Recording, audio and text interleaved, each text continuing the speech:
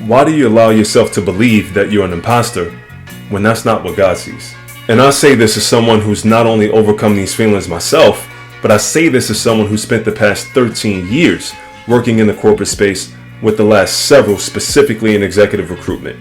In my career, I've interviewed and evaluated hundreds, if not well over 1,000 professionals, from executives to rising leaders, and people shaping business across diverse industries. Industries where being the only one in the room is common, and where imposter syndrome shows up the loudest. Now, let me say this very plainly.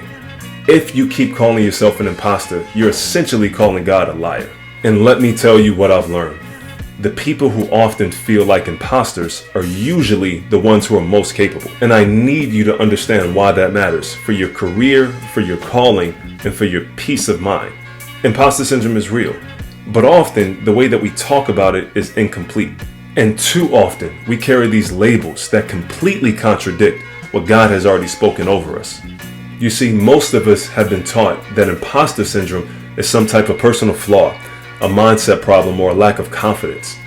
But the truth is, the original research conducted in 1978 first described the imposter phenomenon in high-achieving women, mostly if not all were white women at the time.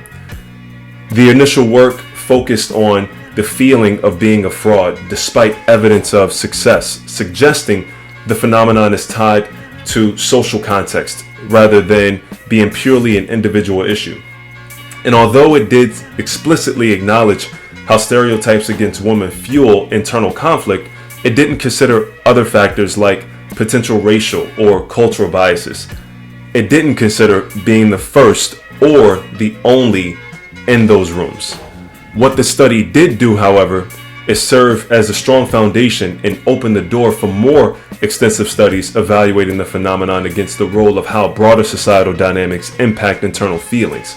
So when you feel out of place, it's not always about insecurity. Most of the time, it's an environmental problem. Now let's be honest, a lot of the rooms we walk into weren't built with people from underrepresented groups in mind. And when you're the only one that looks like you, talks like you, or comes from a certain background, that can really shape how you feel, even when you're more qualified to be there. A lack of representation, subtle or not so subtle bias, pressure to work twice as hard, expectations to prove yourself over and over again, these are not imaginary barriers. They're real dynamics that impact confidence and belonging.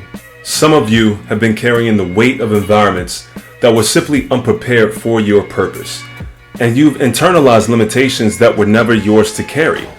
But hear me when I say this. You're not an imposter, you're not lucky, you're not a mistake. Sometimes the room just isn't adjusting to what God already placed inside of you. Imposter syndrome says you don't belong. God says you are chosen.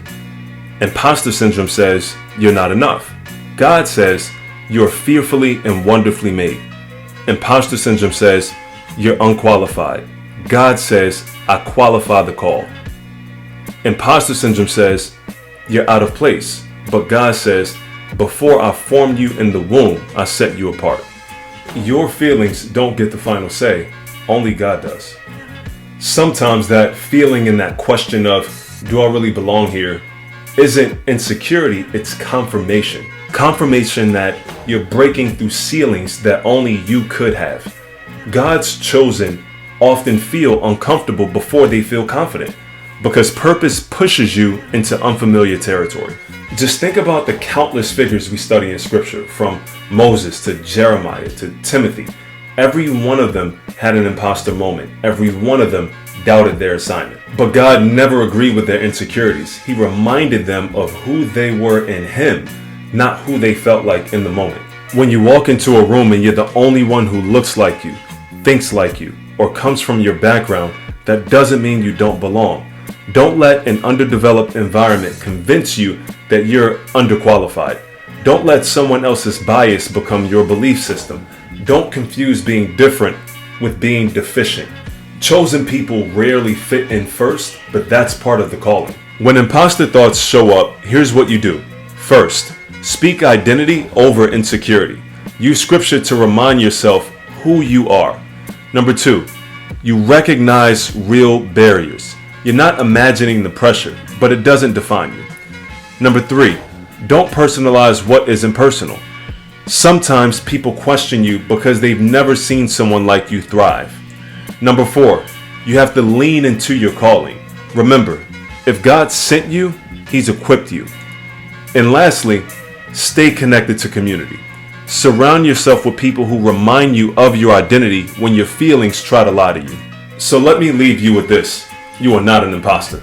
You are chosen. You are called. You are equipped. And you are positioned on purpose. So please, stop letting temporary feelings speak louder than God's eternal truth about you. And please, if this message encouraged you, strengthened you, or gave you a new lens on identity, please don't forget to like, share, subscribe, and let's keep walking towards growth together. See you next time.